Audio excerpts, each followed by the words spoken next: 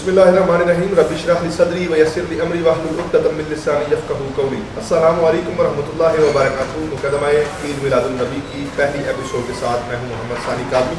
میرے ساتھ اپنے علاقے کے دو مایہ ناز شخصیت علماء دین موجود ہیں۔ میرے ساتھ موجود ہیں علامہ پروفیسر ڈاکٹر سید وقاص حسین شیرازی صاحب، لالہ مصرف تشریف لائے ہیں، اور علامہ حضرت پروفیسر ڈاکٹر عبد المنان صدیقی صاحب وہ بھی موجود ہیں۔ السلام علیکم ورحمۃ اللہ۔ آپ دونوں کا بہت شکریہ، آپ نے ہمیں وقت دیا ہے۔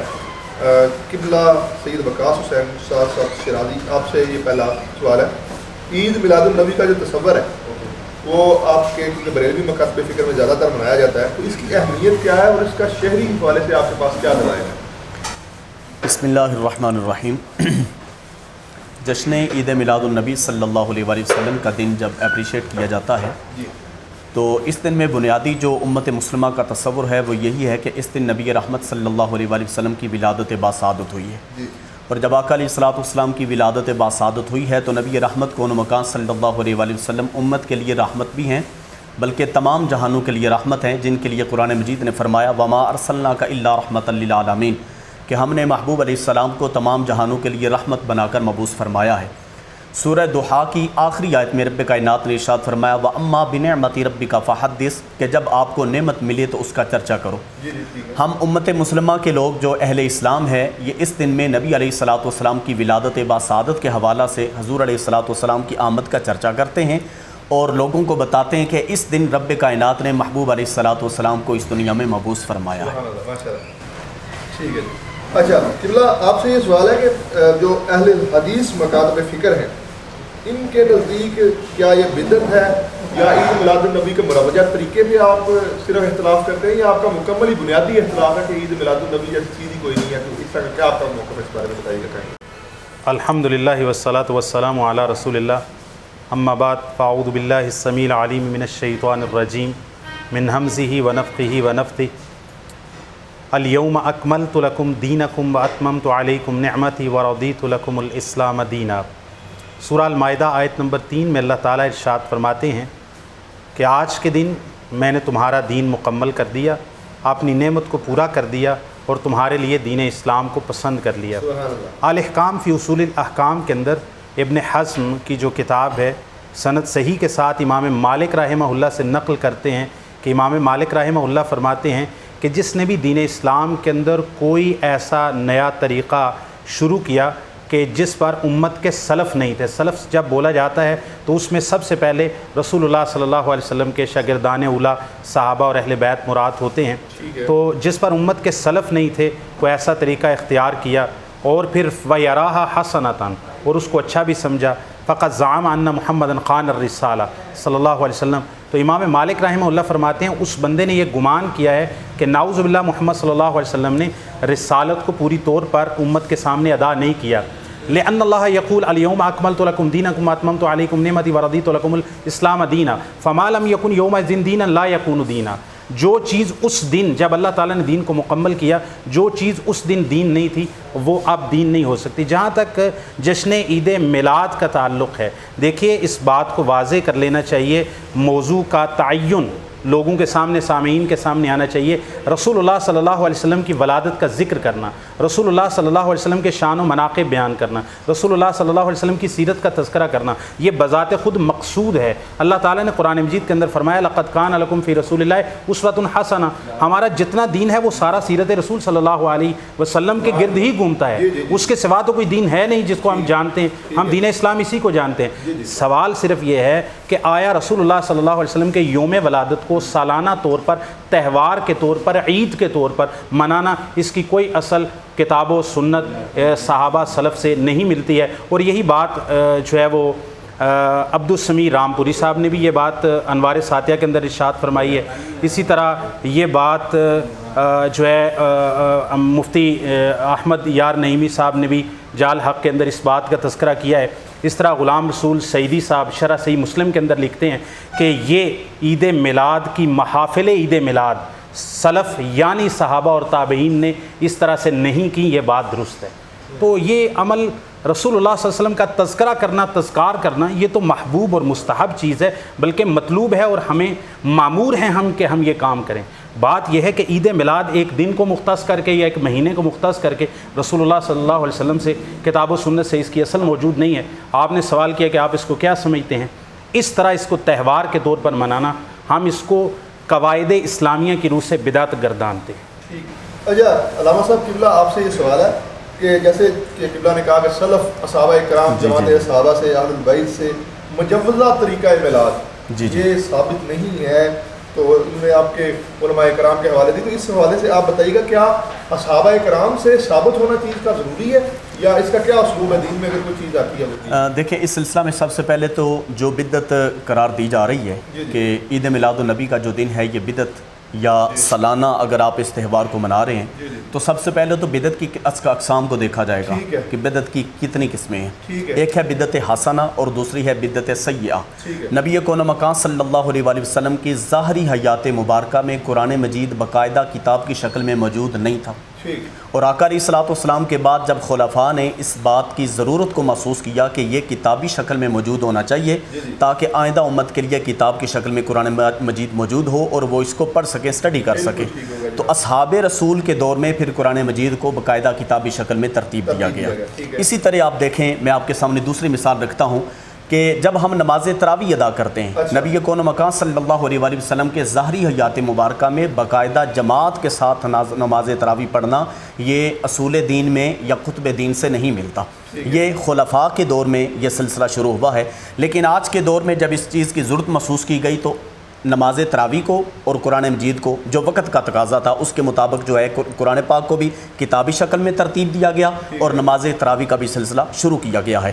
تو نبی کریم صلی اللہ علیہ وآلہ وسلم جو بذات خود سموار کے دن، یہ حدیث مبارکہ ہے، نبی کون مکان صلی اللہ علیہ وسلم نے فرمایا کہ جب آپ سے پوچھا گیا یا رسول آپ سموار کے دن روزہ کیوں رکھتے ہیں، تو آقا علیہ السلام نے فرمایا اس کی وجہ یہ ہے کہ اس دن میری ولادت ہوئی ہے اور اللہ تعالیٰ نے مجھ پر وحی کا نزول کیا ہے۔ تو ولادت مصطفیٰ صلی اللہ علیہ وآلہ وسلم کے موقع پر عبادت کر کے خواہ کوئی روزہ رکھے، نوافل ادا کرے، قرآن پاک پڑھے، نعت خوانی کرے، درود پاک پڑھے، کوئی بھی جائز امر وہ لے لے، اس کے مطابق وہ نبی علیہ الصلوۃ والسلام کی آمد کی خوشی منا لے تو شرعاً جائز ہے، اس کو بدعت حسنہ کہا جائے گا۔ ٹھیک ہے جناب، آپ کا یہ موقف ہے کہ یہ بدعت حسنہ، بدعت حسنہ۔ ٹھیک ہے۔ اچھا قبلہ، رسول اللہ صلی اللہ علیہ وسلم کی جیسی عظیم ہستی آپ کا نزول ہوا، اللہ تبارک تعالیٰ نے امت پہ احسان فرمایا کہ آپ کو نبی مبعوث فرمایا، تو ان کی خوشی منانا فطرت کا تقاضا ہے کہ کہا جاتا ہے نبی مکرم سرور کرم علیہ الصلوۃ والسلام جب دنیا میں تشریف لائے تو خوش ہونا بنتا ہے۔ تو کیا اہل حدیث مقاطب فکر ہے جو آپ نے ویسے تو اپنا موقف پہلے بڑی جامع طریقے سے پیش کیا، لیکن اس بارے میں فرمائیے گا کیا آپ بالکل خوش نہیں ہوتے، آپ کو غمگین ہوتے ہیں؟ مطلب جیسے آپ کو موقف دیا جاتا ہے کہ جو بھابی جنہیں نے، جو اہل حدیث جنہیں نے، مادر کے ساتھ جو الفاظ یوز کیے جاتے ہیں عوام الناس کی جانب سے، میں وہی یوز کروں گا تاکہ جو بات ہے وہ آپ کھلے آپ کے سامنے عوام الناس کے سامنے آ جائے مقدمہ نا۔ تو کہا جاتا ہے کہ جو وہابی حضرات ہیں یا اہل حدیث ہیں یا جو بھی میلاد پہ یقین نہیں رکھتے، انہیں کو غم ہے جناب رسول اللہ کے آنے کا، انہیں خوشی نہیں ہے، تو اس وقت معاذ اللہ کو آپ کو غم ہے کہ معاذ اللہ کہ آپ نہیں خوشی منا رہے؟ دیکھیے جی، گزارش یہ ہے کہ میں نے جیسا کہ کہا جامع بات پہلے کہہ دی ہے۔ سب سے پہلے ہم یہ دیکھ لیتے ہیں کہ بدعت دین اسلام میں کہتے کس کو ہیں۔ ٹھیک ہے، کسی کا موقف اگر پوری طرح سے سمجھیں گے نہیں تو آپ اس کی طرف ایسی بات منسوب کریں گے جس کا وہ قائل ہی نہیں۔ ٹھیک ہے، عمدۃ القاری میں علامہ عینی حنفی رحمہ اللہ شرح صحیح بخاری کے اندر عمدۃ القاری کے اندر بدعت کی تعریف کرتے ہیں۔ کہتے ہیں البدعۃ ہی ما لم یکن علیہ اصل من الکتاب والسنہ۔ بدعت اس چیز کو کہتے ہیں علامہ عینی حنفی رحمہ اللہ کے نزدیک عمدۃ القاری میں بدعت اس کو کہتے ہیں جس پر کتاب و سنت کی سرے سے کوئی اصل موجود نہیں ہے، یا کہتے ہیں اوقیلا اظہار الشیء لم یکن فی عہد النبی صلی اللہ علیہ وسلم او فی زمان الصحابہ رضوان اللہ علیہم اجمعین، یہ ایسی چیز کو ظاہر کرنا جو عہد نبوی میں موجود نہیں تھی یا زمانہ صحابہ میں موجود نہیں تھی۔ جو قرآن مجید کے جمع کا تذکرہ کیا گیا صحیح بخاری کے اندر موجود ہے، اس کو اس کے لیے دلیل نہیں بنایا جا سکتا، کیونکہ صحابہ کرام نے جو عمل کیا اور اس پر تمام صحابہ کرام کا اجماع اور اتفاق ہو گیا۔ نبی کریم صلی اللہ علیہ وسلم کی مسند احمد جامع ترمذی وغیرہ کے اندر حدیث ہے علیکم بسنتی و سنت الخلفاء الراشدین المہدیین، تو یہ تو سیدنا ابو بکر رضی اللہ تعالیٰ کروانے والے ہیں، اور باقی 3 خلفاء راشدین جو ان کے بعد آنے والے ہیں وہ بھی ان کے ساتھ موجود ہیں، اور کوئی ایک بھی شخص ان کے ساتھ اختلاف کرنے والا نہیں ہے۔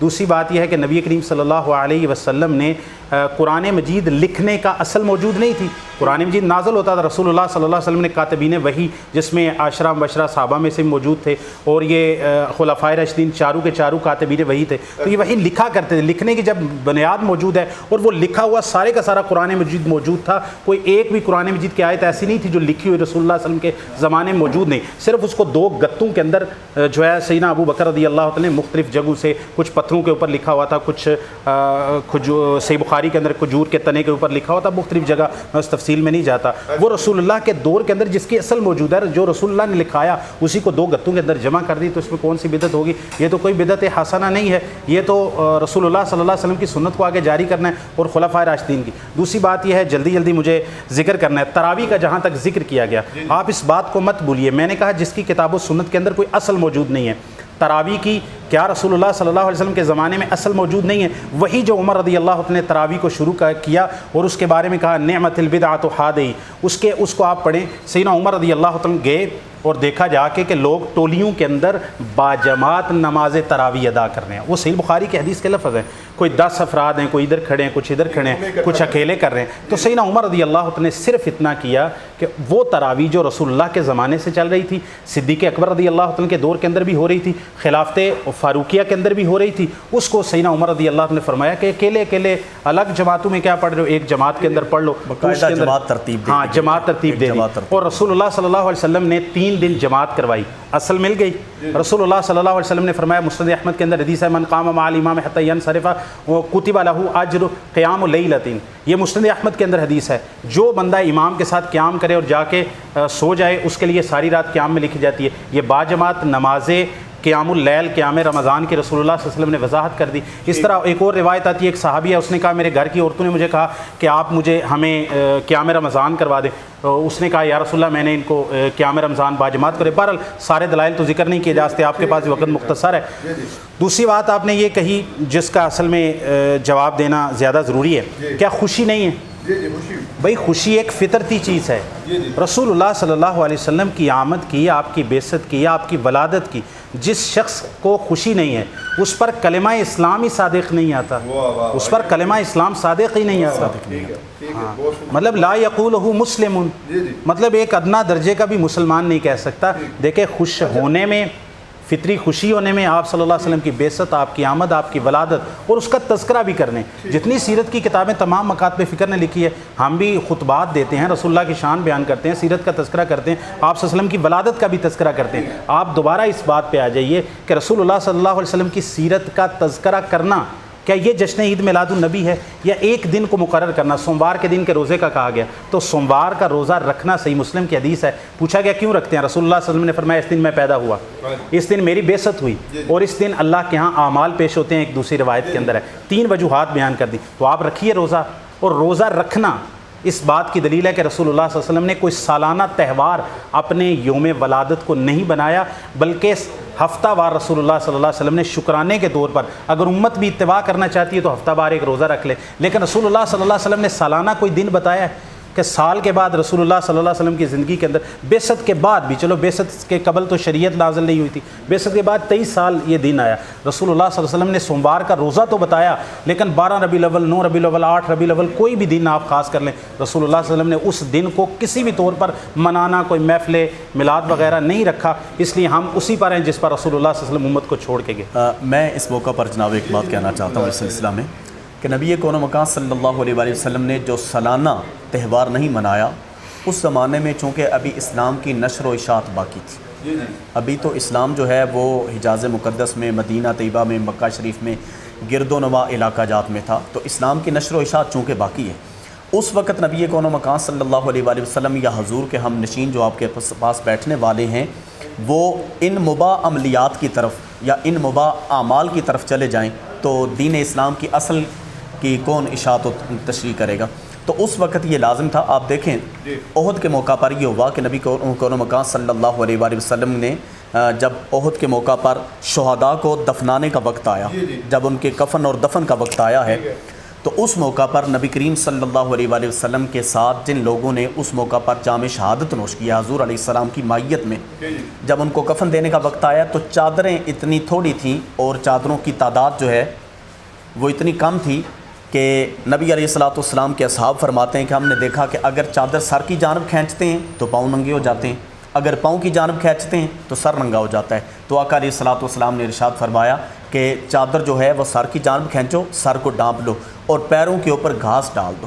اس وقت کپڑا اتنی کم مقدار میں لوگوں کو میسر تھا، تو جس زمانے میں کپڑا جسم ڈانپنے کے لیے اور کفن کی ضرورت کو پورا کرنے کے لیے موجود نہیں، چاہے جائے کہ کہا جائے کہ اس زمانے میں جھنڈیاں کہاں سے تھیں، ان لوگوں نے جھنڈیاں کیوں نہیں لگائیں، چراغاں کیوں نہیں کیا، یہ زمانے کے اور وقت کے تقاضے کے مطابق سارے معاملات ہوتے ہیں۔ دیکھیے اس پر میں صرف 30 سیکنڈ کے اندر دیکھیے گزارش ہے، نبی کریم صلی اللہ علیہ وسلم کے زمانہ کے اندر اور بھی بہت سارے مباحات ہو رہے تھے، شادیاں ہو رہی تھیں، بیاہ ہو رہے تھے، لوگوں کو مبارکبادیں دے دی جا رہی تھی۔ رسول اللہ صلی اللہ علیہ وسلم نے خود کئی ازواج مطہرات سے جو مدینہ آنے کے بعد نکاح کیے، ان کے ولیمے ہو رہے تھے، دعوتیں ہو رہی تھیں، دعوتیں کھائی جا رہی تھیں۔ رسول اللہ صلی اللہ علیہ وسلم کے صحابہ، چلیں آپ صلی اللہ علیہ وسلم کے زمانے کے اندر اس طرح کا سلسلہ رہا زیادہ غزوات میں۔ سیدنا ابو بکر رضی اللہ عنہ کا دور آیا 2.5 سال، چلو اس میں بھی مانعین زکوٰۃ اور دوسرا۔ سیدنا عمر رضی اللہ عنہ کا دور تو زرعی ترین دور ہے اور وسعت آ گئی تھی۔ تو باقی خلفاء راشدین کا دور ہے، سیدنا عثمان کتنا لمبا دور ہے، سبحان اللہ۔ سیدنا علی رضی اللہ عنہ کا دور ہے، اس کے بعد سیدنا معاویہ رضی اللہ عنہ کا 20 سال کا دور ہے، کتنا عرصہ گزرا ہے۔ تو پہلے 300 سالوں کے اندر اس کا کوئی وجود نہیں ملتا۔ مصر کے فاطمیوں نے 362 یا 352 ہجری کے اندر سب سے پہلے یہ سلسلہ شروع کیا اور باقی اہل بیت کا بھی۔ اچھا قبلہ بکاشا صاحب، آپ سے یہ سوال ہے، عید میلاد النبی کے موقع پہ جو جلوس نعت خوانی ہوتی ہے، چراغاں ہوتا ہے، ان اعمال کو جیسے قبلہ نے کہا کہ بدعت کہا جا رہا ہے، آپ کہیں بدعت حسنہ ہے، انہوں نے کہا جی کیونکہ اصل موجود نہیں ہے تو اب آپ اس بارے میں بتائیں گا کہ کیا چراغاں کرنا ہی ضروری ہے یا جلوس نکالنا ہی ضروری ہے؟ کوئی جلوس پہ اگر نہیں جاتا بتا یا نہیں نکالتا، کیا وہ آپ کے نزدیک اہل سنت سے خارج ہے، یا پھر یہ ایک ایسے اعمال ہیں جیسے آپ نے کہا مباح عمل ہے امت کے لیے، یا پھر آپ کے نزدیک مستحب چلے کہہ لیں، لیکن ان میں کیا اگر کوئی بتا اس طرح کے اعمال نہیں کرتا، وہ روزہ رکھ لیتا ہے حالی، یا وہ رسول اللہ صلی اللہ علیہ وسلم کا عشق کا اظہار اپنے تعین کرتا ہے جس کا وہ مناسب سمجھ رہا ہے، جیسے اہل حدیث حضرات جو ہے وہ سیرت النبی کی کانفرنس کر کے کرتے ہیں، تو آپ کیا سمجھتے ہیں کہ یہ ضروری ہے کہ میلاد کا جلوس نکالا جائے اور اس طرح کی یہ جو مطلب معاملات؟ دیکھیں اس سلسلہ میں جو آپ کا پہلا سوال تھا اس کے جواب میں یہ عرض کر چکا ہوں کہ نبی رحمت صلی اللہ علیہ وسلم نے ولادت کے دن یعنی سموار والے دن آقا علیہ السلام نے روزہ رکھا ہے 12 ربیع الاول کو، یا امت کے کسی جماعت کے نزدیک جو دن بھی نبی رحمت صلی اللہ علیہ وسلم کی ولادت کا دن ہو، اس دن اگر کوئی بندہ روزہ رکھتا ہے، نوافل ادا کر لیتا ہے، شکرانے تو کے طور پہ قرآن پاک پڑھ لیتا ہے، تو اس سلسلہ میں وہ بھی اظہار تشکر تو کر رہے ہیں نا، خوشی منا رہے ہیں۔ چراغاں کرنا، جھنڈے لگانا یا جھنڈیاں لگانا یہ کوئی فرض واجب نہیں ہے، اور جلوس باقاعدہ لے کے نکلنا یہ بھی کوئی فرض واجب نہیں ہے۔ ہاں جی، چلیں دونوں علماء اس بات میں متفق ہو گئے کہ خوشی منانے میں کوئی حرج نہیں، خوشی منانے میں حرج نہیں ہے، خوشی تو منائے نا، یہ اہل اسلام کا حق ہے، وہ مسلمان ہی نہیں ہے جو خوشی نہیں منا۔ دیکھیں ایک فطری خوشی ہے، فطری خوشی ہے نا۔ دیکھیں کسی بندے کے گھر میں بیٹا پیدا ہوتا ہے، بیٹی پیدا ہوتی ہے، اس کی بھی خوشی ہوتی ہے، اسلام نے اس کے آداب رکھے ہیں، عقیقہ کیا جاتا ہے، اس کا نام رکھا جاتا ہے، مٹھائیاں تقسیم کی جاتی ہیں۔ دیکھیں اس کے میں نے کہا ایک بچہ پیدا ہوتا ہے، ٹھیک ہے، بچے کا پیدا ہونے کا کوئی ہمارے بچے کی پیدائش کا دین اسلام سے کوئی براہ راست تعلق نہیں، تو جو ساری کائنات کے لیے رحمت بن کے آئے ہیں، ان کی آمد کی، ان کی پیدائش کی خوشی کس کو نہیں گی؟ اللہ تعالیٰ نے فرمایا لقد من اللہ علی المؤمنین، نبی کریم صلی اللہ علیہ وسلم کی بیعت کو اللہ تعالیٰ نے احسان عظیم قرار دیا ہے کہ احسان عظیم ہے مومنوں کے لیے۔ ہاں اس میں غلط فہمی تھی یہ دور ہو گیا۔ ہاں جی جی اچھا، دوسرا جناب یہ قرآن حکیم میں روزوں کے بارے میں کہا گیا کہ جیسے تم سے پہلے لوگوں پہ فرض کیے گئے، تو یہ ایک میرے دوست ہیں انہوں نے سوال لکھا ہے، یہ مجھے کوئی اتنا سنجیدہ تو نہیں لگ رہا لیکن چلیں انہوں نے کیا تو میں آپ کے سامنے کر دیتا ہوں۔ وہ کہتے ہیں کہ جیسے روزے پہلے لوگوں پہ فرض کیے گئے تھے، ایسے ہی کچھ اسلوب پہلی امتوں سے ہمارے درمیان آئے ہیں، تو یہ اگر اصل وہاں موجود نہیں ہے تو لیکن باقی جو امتیں ہیں پہلی وہ تو اپنے انبیاء کے جشن مناتی رہی ہیں، ہے بات؟ دیکھیے بالکل اللہ تعالیٰ نے قرآن مجید کے اندر فرمایا ہے کہ تم پر روزے فرض کیے گئے ہیں جس طرح کہ پہلی امتوں کے اوپر روزہ رکھنا فرض کیا گیا تھا لعلکم تتقون، اچھا، اس سے اگر کوئی استدلال کرتا ہے کہ بھئی پہلی امتیں منا رہی ہیں تو نبی کریم صلی اللہ علیہ وسلم نے ہمیں فرمایا یہود و نصارہ کے ساتھ مشابہت اختیار نہ کرو. یہ بات سمجھ لیجئے، اصول فقہ کا ہر طالب علم جانتا ہے، شرع من قبلنا، ہم سے پہلے جو انبیاء کی شریعت ہے وہ بھی ہمارے لیے مآخذ شریعت میں سے ہے. ہاں، جب تک کہ کتاب و سنت اس سے ہمیں منع نہ کر دیں. تو کتاب و سنت کے اندر ہمیں 2 عیدیں دے دی گئیں سالانہ تہوار کے طور پر، اور اسی طرح ہمیں ہفتہ وار جمعے کے دن کو بھی عید کہہ دیا گیا، اور اسی طرح حجاج کے لیے اور ویسے یوم عرفہ کو بھی عید کہہ دیا گیا. صحیح حدیث کے اندر موجود ہے. یہ 4 چیزوں کے لیے لفظ عید آ گیا ہے، کہ ہفتہ وار جمعہ اور اس کے بعد عرفہ، اور باقی 2 بنیادی تہوار جو عمومی طور پر ہیں. تو پہلی امتوں سے ہمیں ان کی اعیاد میں اور ان کی مذہبی معاملات کے اندر رسول اللہ صلی اللہ علیہ وسلم نے فرمایا من تشبہ بقوم فہو منہم. تو بلکہ میں تو یہی کہنا چاہتا تھا کہ آپ اس پر غور کریں اور تحقیق کریں کہ یہ ہمارے ہاں میلاد منانے کا سلسلہ ہوا ہے، یہ نصارہ سے آیا ہے، کیونکہ وہ اپنے نبی کا اس طرح سے مناتے ہیں. تو روزے فرض ہوئے تو اللہ تعالیٰ نے بتا دیا نا روزے فرض ہیں. اللہ تعالیٰ نے یہ تو نہیں بتایا کہ روزے کے فرضیت سے آپ موسیٰ علیہ السلام کی قوم والے روزے رکھیں گے.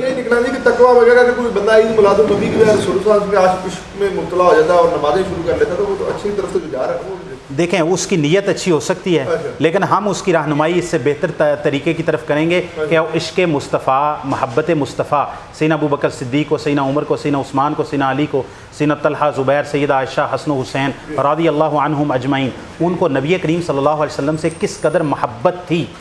اگر یہ محبت کا تقاضا ہے تو رسول اللہ صلی اللہ علیہ وسلم کے لیے وہ سب سے پہلے کرنے والے ہوتے. اگر انہوں نے نہیں کیا تو اس کا مطلب ہے یہ محبت کا کوئی تقاضا نہیں ہے، یہ ہم نے ایک اضافہ کیا ہے. آپ یہ اعتراض ان کا بن گیا کہ یہ جو سارے معاملات آئے ہیں یہ غیر مسلموں سے ہم نے لیے ہیں، یہ سلوک جو میلاد کا، تو اس بارے میں آپ کائنڈلی گزارش کیجیے گا، کیا یہ واقعتاً اس طرح کی بات ہے یا صرف الزامی بات ہے؟ کون سے؟ یہ کہ یہ جو غیر مسلم ہے یہ میلاد مناتے ہیں. اچھا دیکھیں اس سلسلہ میں میں شاہ صاحب قبلہ میں گزارش کرتا ہوں.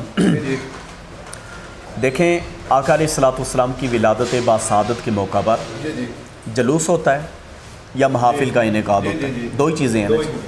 اچھا، جلوس میں اور محافل میں دونوں چیزوں کو ہم نے ذرا باریک نظر سے دیکھنا ہے. آپ کی توجہ چاہوں گا میں اس سلسلہ میں، ہمارے محترم تشریف فرمائیں، ان کی بھی توجہ چاہوں گا میں.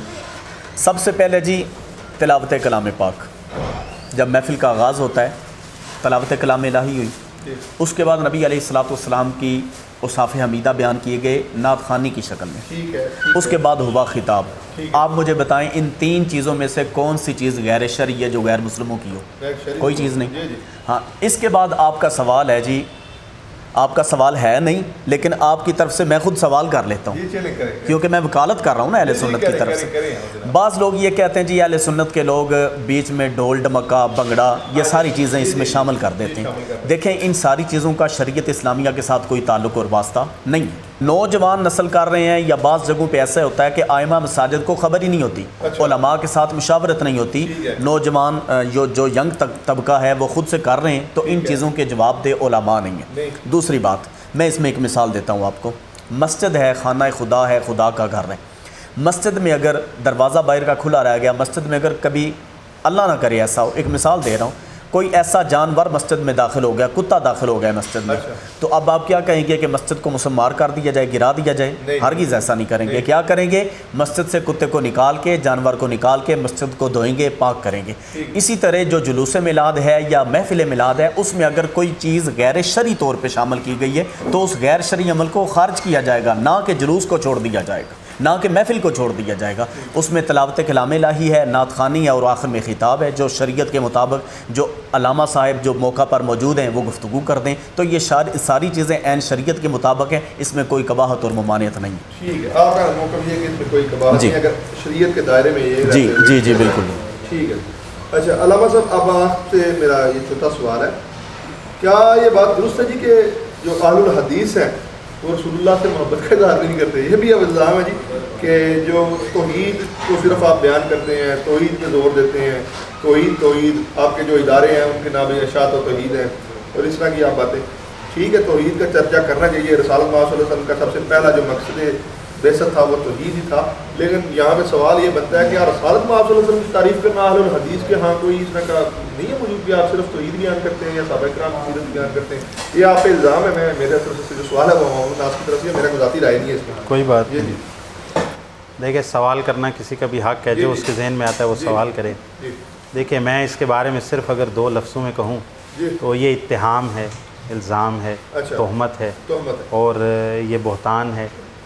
بلکہ میں سمجھتا ہوں کہ اہل الحدیث کیا کسی بھی مسلمان کے بارے میں نے یہ پہلے جملہ کہا تھا اور بڑا سوچ سمجھ کے کہا تھا کہ جس کو نبی کریم صلی اللہ علیہ وسلم کی آمد کی اور بعثت کی خوشی نہیں ہے, اس پر کلمہ اسلام صادق نہیں آتا. اس پر جو لفظ ہے نا کہ یہ بندہ مسلم ہے, اسلام ہے, یہ لفظ اسلام اس پر بولنا ہی درست نہیں ہے. تو یہ کہہ دینا کہ محبت نہیں ہے, بھائی ہم تو یہ کہتے ہیں نبی کریم صلی اللہ علیہ وسلم نے جیسے فرمایا, صحیحین وغیرہ کے اندر حدیث ہے, لا یؤمن احدکم حتی اکون احب الیہ من والدہ وولدہ والناس اجمعین. اس وقت تک کوئی شخص مومن ہو ہی نہیں سکتا جب تک کہ نبی کریم صلی اللہ علیہ وسلم اس کے لیے اس کے والدین سے, اس کی اولاد سے, کائنات کی ہر چیز سے بڑھ کر محبوب نہیں ہو جاتے. صحیح بخاری اور صحیح مسلم کے اندر ایک دوسری حدیث ہے, رسول اللہ صلی اللہ علیہ وسلم نے فرمایا, ثلاث من کن فیہ وجد بہن حلاوۃ الایمان ان یکون اللہ ورسولہ احب الیہ مما سواہما. 3 چیزیں بتائیں, میں پہلی بتاتا ہوں. رسول اللہ صلی اللہ علیہ وسلم نے فرمایا جس بندے کے اندر 3 خصلتیں موجود ہوں اس بندے نے ایمان کی حلاوت, مٹھاس, ذائقہ, لذت چکھ لی. فرمایا پہلی چیز یہ ہے کہ اللہ اور اس کے رسول اس بندے کے لیے کائنات کی ہر چیز سے زیادہ محبوب ہو جائیں. آل الحدیث رسول اللہ صلی اللہ علیہ وسلم سے باقی تمام کلمہ پڑھنے والے مسلمانوں کی طرح والہانہ محبت کرتے ہیں. رسول اللہ صلی اللہ علیہ وسلم کی ایک سنت کے لیے وہ مر مٹنا اپنا ایمان اور بلکہ اپنا فریضہ سمجھتے ہیں. رسول اللہ کی سیرت پر کتاب لکھنا, رسول اللہ کی سیرت پر بیان کرنا, اپنے بچوں کو سیرت بتانا, خطبات جمعات کے اندر جس طرح توحید کا تذکرہ کیا جاتا ہے. یعنی دین اسلام کے اندر 2 بنیادی ہمیں چیزیں بتائی گئیں, ایک ہے عقیدہ توحید اور دوسرا ہے عقیدہ رسالت. عقیدہ توحید کا تقاضا ہے کہ عقیدہ رسالت کو مانا جائے. جو شخص کہتا ہے اللہ کے سوا کوئی معبود برحق نہیں اور رسول اللہ صلی اللہ علیہ وسلم کی رسالت کو نہیں مانتا اور آپ صلی اللہ علیہ وسلم کو رسول نہیں مانتا, نبی نہیں مانتا, آپ سے محبت نہیں کرتا, تو وہ شخص صرف توحید کو لے کے اللہ کے پاس جائے گا, اللہ تعالیٰ اس کی توحید کو بالکل بھی قبول نہیں کریں گے. لا الہ الا اللہ محمد رسول اللہ, اشہد ان لا الہ الا اللہ وحدہ لا شریک لہ واشہد ان محمد عبدہ ورسولہ. 2 چیزیں ہیں اسلام کے بنیادی ارکان کے اندر بھی 2 چیزیں ہیں, اللہ تعالیٰ کی توحید کی گواہی دینا, رسول اللہ صلی اللہ علیہ وسلم کی. تو تمام مسلمان, میں سب مسلمانوں کے بارے میں یہی گمان رکھتا ہوں اور بالخصوص اپنے مکتب فکر کے حوالے سے کہ اہل الحدیث, میں تو یہ کہوں گا اپنے ایمان کا اظہار کرنے کے لیے کسی کے ساتھ تقابل نہیں, اہل الحدیث دنیا جہان کے اندر رسول اللہ صلی اللہ علیہ وسلم سے سب سے زیادہ محبت کرتے ہیں. آپ کی حدیثوں سے, آپ کی اداؤں سے, آپ کی سنتوں سے, ایک سنت کے لیے مر مٹتے ہیں یہ لوگ. تو یہ کیسے کہا جا سکتا ہے کہ وہ رسول اللہ سے محبت نہیں کرتے؟ اچھا قبلہ, ایک آپ سے سوال ہے علامہ صاحب کہ میلاد النبی کی جو محافل ہیں وہ عام لوگوں کو سنت سے دور کرتی جا رہی ہیں اور یہ رسم ہی بنتی جا رہی ہے. یہ جو ہے نا اہل الحدیث حضرات ان کی جانب سے کہا جاتا ہے کہ یہ صرف ایک رسم بن گئی ہے, جلوس میں حاضر ہوا ہے لڑکا, نماز میں زور کی کوئی نہیں پڑھی, یا ساری رات وہ محفل میں بیٹھا رہا ہے, صبح اٹھ کے وہ نماز نہیں پڑھتا, جا کے فجر کے ٹائم جا کے سو جاتا ہے. تو کیا سمجھتے ہیں کہ یہ صرف رسم بن کے رہ گیا میلاد النبی صلی اللہ علیہ وسلم؟ اچھا دیکھیں جناب, اس سلسلہ میں جو میلاد شریف کا جب ٹائٹل آتا ہے نا, تو میلاد کا مطلب پہلا تو یہ ہے کہ اس دن نبی کون و مکان صلی اللہ علیہ وسلم کی ولادت باسعادت ہوئی, ایک بات. دوسری بات یہ ہے کہ جب میلاد کا ٹائٹل آتا ہے تو اگر وہ خاص دن 12 ربیع الاول کا نہیں ہے, سال بھر میں آپ میلاد کی محفل کر سکتے ہیں, کہیں بھی کر سکتے ہیں. اس کا مطلب یہ ہے کہ آپ اس محفل میں آقا علیہ السلام کی ولادت کا تذکرہ خیر کر رہے ہیں جب میلاد کا ٹائٹل آ گیا. خاص وہ 11 اور 12 کی درمیانی شب ہو یا سال بھر میں کوئی سا بھی دن ہو, ولادت کا چرچا کرنا تو اہل اسلام کا شیوا ہے. اور ولادت کا چرچا کر کے ہم دنیا کو یہ بتا رہے ہیں کہ یہ جو ہستی اس دن پیدا ہوئی ہے وہ ہستی مخلوق ہے اور مخلوق میں سب سے افضل اور اعلیٰ ہے. ٹھیک ہے, بندہ خاص ہے, معبود نہیں ہے. ٹھیک ہو گیا. اللہ تعالیٰ چونکہ لم یلد ولم یولد, یہ اس کی صفت ہے کہ وہ خود کسی سے پیدا نہیں ہوا اور کوئی اس سے پیدا نہیں ہوگا, نہ کوئی ہوا ہے. تو نبی علیہ السلام کی ولادت اس بات کی علامت ہے کہ جب ہم اس کا تذکرہ کرتے ہیں تو ہم دنیا کو یہ بتا رہے ہیں کہ جو پیدا ہوا ہے وہ خدا نہیں ہے, جو پیدا ہوا ہے وہ خدا نہیں ہے. تو محبوب علیہ السلام کی ولادت کا تذکرہ کرنا اہل اسلام کا شیوہ ہے، اور ہم اس شرک کی جڑوں کو کاٹ رہے ہیں، بتا رہے ہیں کہ یہ پیدا ہو گئے ہیں لہٰذا یہ خدا نہیں ہے۔ ایک بات۔ دوسری بات جو آپ یہ کہہ رہے ہیں کہ میلاد اور سیرت، دیکھیں سیرت کے لیے وجود کا ہونا ضروری ہے۔ آپ کسی بھی شخصیت کی اوپر کتاب لکھتے ہیں، پڑھتے ہیں، سیرت لکھتے ہیں، تو سیرت کے لیے پہلے شخصیت کا ہونا ضروری ہے، تو شخصیت کے لیے ولادت کا ہونا ضروری ہے۔ شاہ صاحب قبلہ مجھے آپ کی توجہ درکار ہے، شخصیت کے لیے ولادت کا ہونا ضروری ہے، تو پہلے ولادت کو مانیں نا، پھر سیرت کا جلسہ رکھیں، پھر سیرت کو اپنائیں۔ اور بے شک اس میں کوئی شک نہیں ہے، لقد کان لکم فی رسول اللہ اسوۃ حسنہ، کہ رسول اللہ صلی اللہ علیہ وآلہ وسلم کی زندگی مبارکہ ہمارے لیے بہترین اور کامل نمونہ ہے۔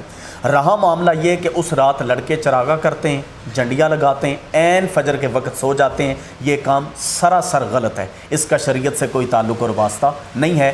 دیکھیں میں پہلے بیان کر چکا ہوں کہ ایسے میلاد کا کوئی فائدہ بھی نہیں ہے، ایسے میلاد کا کوئی فائدہ نہیں بھئی، فرض آپ چھوڑے جا رہے ہیں، فرض آپ نے نہیں پڑھا، رات ساری آپ نے چراغاں کیا ہے، جھنڈیاں لگائی ہیں، جھنڈے لگائے ہیں، فجر کے وقت آپ سو گئے ہیں۔ اسی طرح جو محفلیں رات کو ہوتی ہیں، عشاء بھی نہیں پڑھتے، فجر بھی نہیں پڑھتے، دونوں طریقہ کار غلط ہیں۔ دیکھیں نماز سب سے پہلے جو فرض عین ہے، محبوب علیہ السلام کی محبت، جیسا کہ صحیحین میں حدیث مبارکہ یہ بھی کوٹ کر چلیں، میں بھی اس کی طرف آپ کی توجہ دلاؤں گا، لا یؤمن احدکم حتی اکون احب الیہ من والدہ وولدہ والناس اجمعین۔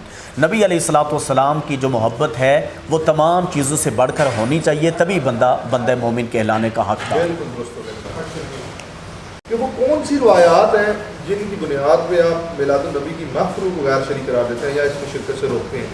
دیکھیں کوئی بھی چیز ہے اس کا صریح حکم جب تک نہیں ہوتا آپ اس پہ کوئی فتویٰ نہیں لگا سکتے۔ آپ کے پاس ایسی کون سے دلائل ہیں کہ جن کی بنیاد پہ آپ کہتے ہیں کہ جی وہاں پہ جانا وہ بدعت قرار ہوگا، یا پھر وہ ایسا عمل ہو جائے گا کہ جس میں یعنی کہ بدعت ایسا عمل ہے جو کہ رسول اللہ صلی اللہ علیہ وسلم کے دین کی جڑیں کاٹنے والا عمل بن جاتا ہے؟ تو آپ کون سے دلائل کی بنیاد پہ سے یہ کہتے ہیں؟ دیکھیے ایک مسلم قاعدہ ہے جی کہ البینۃ علی المدعی، اچھا یہ تو حدیث کے لفظ بھی ہیں ٹھیک کہ جو کسی چیز کا دعویٰ کرتا ہے مثبت ہوتا ہے۔ مثال میں دے دوں گا، صرف مثال سمجھیں، ہم رکوع جاتے ہوئے رفع الیدین کرتے ہیں، ہم اپنے سید صاحب سے نہیں پوچھیں گے کہ آپ ہمیں کہیں کہ اس رفع الیدین کی منع دکھائیں، بلکہ ہماری ذمہ داری ہے کہ ہم ان کو دکھائیں کہ رسول اللہ صلی اللہ علیہ وسلم رکوع جاتے ہوئے رفع الیدین کرتے تھے، یہ مثبت کی ذمہ داری۔ لیکن اس کے باوجود میں برسبیل تنزل یہ بات کرتا ہوں، ٹھیک ہے، کس بنیاد پر کہتے ہیں؟ وہی سارا مقدمہ کہ دین اسلام مکمل ہو گیا۔ ٹھیک ہے، رسول اللہ صلی اللہ علیہ وسلم کی ولادت باسعادت ہوئی، آپ صلی اللہ علیہ وسلم نے روزہ رکھ کے بھی دکھایا، آپ صلی اللہ علیہ وسلم نے اس کی تعلیم بھی دے دی، آپ نے اس کا روزے کی صورت میں شکرانہ بھی ادا کر دیا۔ رسول اللہ صلی اللہ علیہ وسلم کے صحابہ بھی روزہ سوموار کا رکھتے تھے، امت بھی بعد میں رکھتی رہی ہے۔ تو یہ اصل تو بات کیا نا میلاد کا، آپ کہتے ہیں اصل؟ یہ میلاد کا اصل، یہ یوم میلاد کا اصل نہیں ہے، اچھا یوم میلاد کا اصل نہیں، یہ تاریخ ولادت سالانہ منانے کا تہوار۔ اگر اس سے یہ جو بھی آپ سمجھتے، کوئی بھی بھائی سمجھتا ہے تو وہ تھوڑا سا غور کرے، فوکس کرے اس پر۔ سوموار کے روزے سے اگر یہ استدلال ہے کہ اس سے یوم میلاد تاریخی طور پر سالانہ منانا ہے، تو اس کا مطلب ہے کہ یہ استدلال نہ سیدنا ابو بکر کے سامنے آیا، نہ سیدنا عمر کے سامنے آیا، نہ سیدنا عثمان کے، نہ سیدنا علی کے، نام میں کس کے گنواؤں، بلکہ قرون ثلاثہ کے اندر میں نے پہلے بھی ذکر کیا تھا، مفتی احمد یار نعیمی صاحب ذکر کرتے ہیں، عبدالسمیع رامپوری صاحب ذکر کرتے ہیں، کہتے ہیں لم یفعل احد من القرون الثلاثہ الا ما حدث بعد، یہ وہ خود کہہ رہے ہیں، کہتے ہیں کہ پہلے 3 صدیوں کے اندر یہ کسی نے نہیں کیا، یہ تو بعد کے اندر پیدا ہوا ہے۔ تو باقی کن روایات کی بنیاد پر کہتے ہیں؟ رسول اللہ صلی اللہ علیہ وسلم نے فرمایا، صحیح بخاری مسلم کے اندر حدیث ہے، من احدث فی امرنا ھذا ما لیس منہ فہو رد، جس نے کوئی نیا کام ایجاد کیا ہمارے اس دین کے معاملے کے اندر جو اس دین میں سے نہیں تھا، جو میں پہلے بتا چکا ہوں، جس کی اصل دین اسلام کے اندر نہیں ہے، تو رسول اللہ صلی اللہ علیہ وسلم نے فرمایا فہو رد، وہ کام مردود ہے۔ صحیح مسلم کے الفاظ ہیں، رسول اللہ صلی اللہ علیہ وسلم نے فرمایا من عامل عملا لیس علیہ امرنا فہو رد، جو شخص بھی کوئی ایسا عمل کرے جس پر ہمارا حکم، ہمارا امر نہیں ہے، تو وہ کام مردود ہے۔ سیدنا عبداللہ ابن مسعود رضی اللہ تعالیٰ عنہ کا قول بھی موجود ہے کہ ہر بدعت گمراہی ہے، اور ہر بدعت جو ہے وہ ناپسندیدہ ہے، گمراہی، ہر نیا کام بدعت ہے۔ نبی کریم صلی اللہ علیہ وسلم خطبہ دیتے تھے، ہر خطبہ، شاہ صاحب بھی وہی خطبہ جمعے کے لیے پڑھتے ہوں گے، ان کل محدثۃ بدعہ وکل بدعۃ ضلالہ، رسول اللہ صلی اللہ علیہ وسلم فرماتے تھے ہر نیا کام جس کی اصل ہی بالکل سرے سے موجود نہیں ہے وہ کام بدعت ہے، اور ہر بدعت گمراہی ہے۔ ٹھیک ہے. تو اس کی بنیاد کے اوپر الیوم اکملت لکم دینکم واتممت علیکم نعمتی کو لے لیں. سورہ الحشر کی آیت نمبر 7 یا 8 ہے وما آتاکم الرسول فخذوه وما نہاکم عنہ فانتہوا. جو رسول صلی اللہ علیہ وسلم دیں اس کو لے لو، جس سے روکیں اسے رک جاؤ. رسول اللہ صلی اللہ علیہ وسلم نے ہمیں تمام شرائع دے دیے، ایک ایک چیز، مسواک کرنا بتا دیا، قضاء حاجت، استنجا، سارے معاملات بتا دیے. رسول اللہ صلی اللہ علیہ وسلم کی ولادت جو اس کائنات اور انسانیت کے لیے سب سے بڑا احسان عظیم ہے، اس کو سالانہ طور پر متعین دن کر کے منانے کا رسول اللہ کوئی ضابطہ ہمارے لیے نہیں چھوڑ کے گئے.